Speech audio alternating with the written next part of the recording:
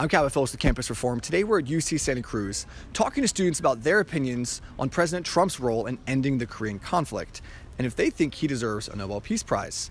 Let's see what they have to say. Or some of Trump's supporters have said that President Obama won the Nobel Prize in 2009 and they think President Trump has done more and so he deserves the award for the global peace that's been brought about as a result of the seeming end of the conflict. Do you think there's any validity to that claim? No. That's all I gotta say about that. Do you think he deserves the award? Hell no, that's a joke. Okay. Like, what has he done for peace? Okay. Yeah, nothing. No. I feel like he just thinks that he deserves many awards, and that's just stupid. I think that's crap.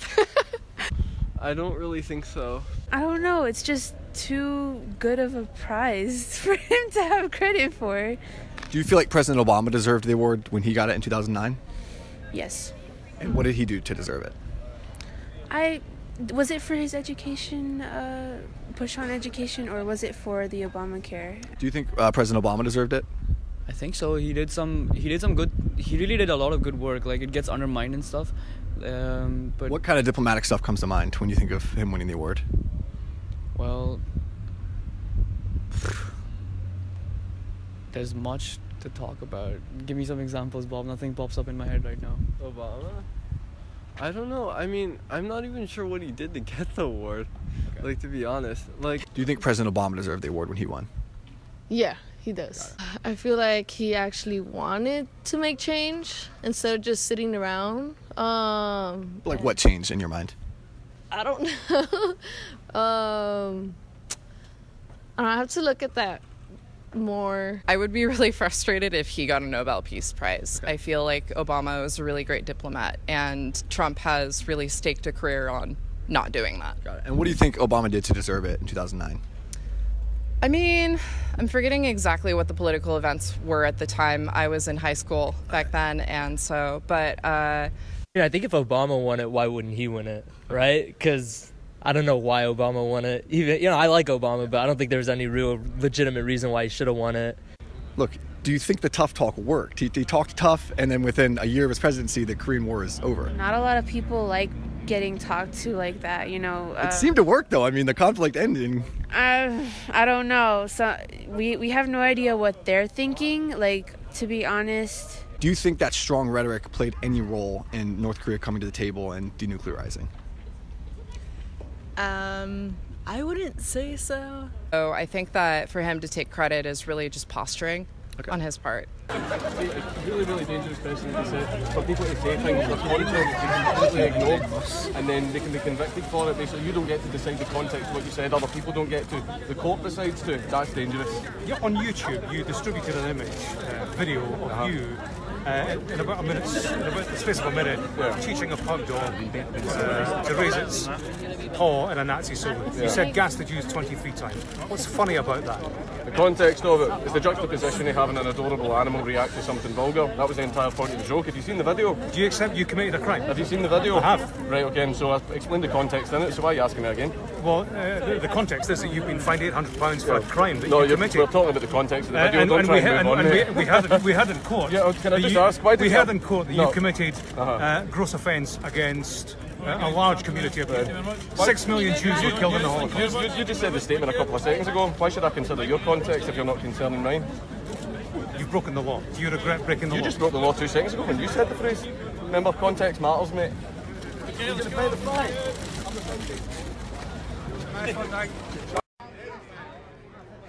Hi, are you a fan of Bernie Sanders? Yeah, I am. What do you like about him? That he's a socialist. Why is socialism good? Are you like, I don't really want to do this. What is this for? We're asking people why they like Bernie Sanders. For InfoWars? Yes, we are InfoWars. I think he has a lot of integrity. I like his value system. I like what he stands for. Exactly what values? Eating the rich. Eating the rich. Well, are you aware that Bernie Sanders lives in $3 million homes? No, I was not aware of that. Yeah. And are you aware? I'm going to ask you something. So if they're about eating the rich, why do you think so many of the 1% support socialism? Is that true? It's very true. Like who? Well, for example, you know Venezuela, right? Heard of it. A majority of the country is currently eating rats, while their politicians are drinking champagne on a daily basis.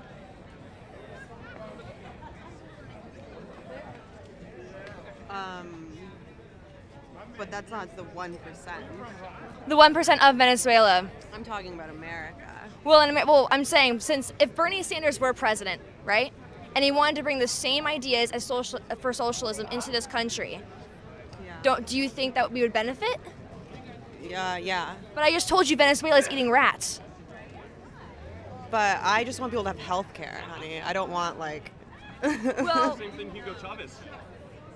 Oh my God. When he was taking power in Venezuela. You people have, like, worms in your brain, honestly. I mean, you're the one who can't answer the question. What question? The question is why you support socialism. You can have health care without socialism. I want people to have free health care. Why free? Pays for. Why would the government pay for it? Because I think everyone has a right to have health care.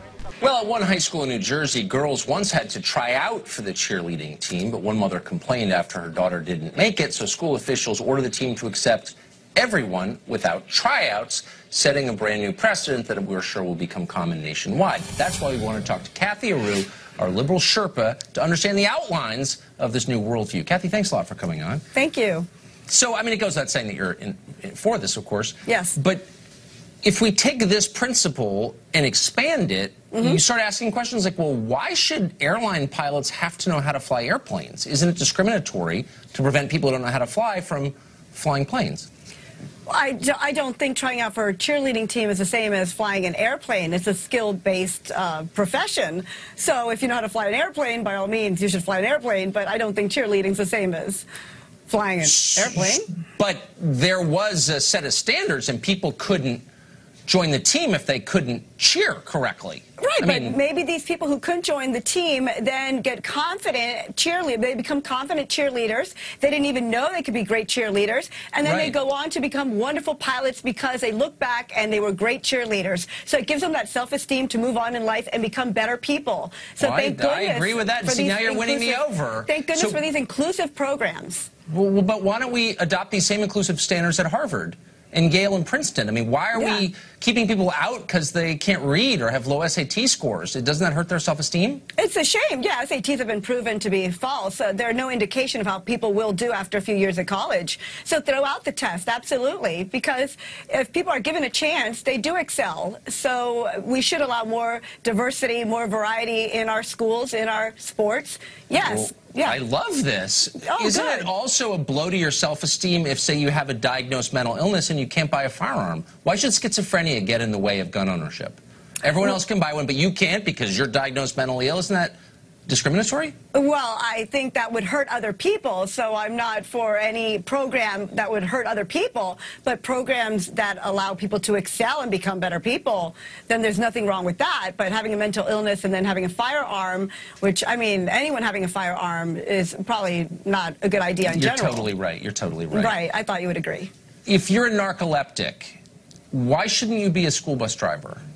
You would probably hurting others. And I don't think that's what this Board of Education's after. I think they're after helping those who would be excluded because they didn't take gymnastics when they were 6 or 7, like other children. I wish we had more time because I have many more examples for you, Kathy Aru, but we don't. Okay. Great to see you. Good to see you. Hello, my name is Jane. I'm social justice waste. Agree with me or you'll be shamed. Hello, my name is Jane. I'm social justice waste.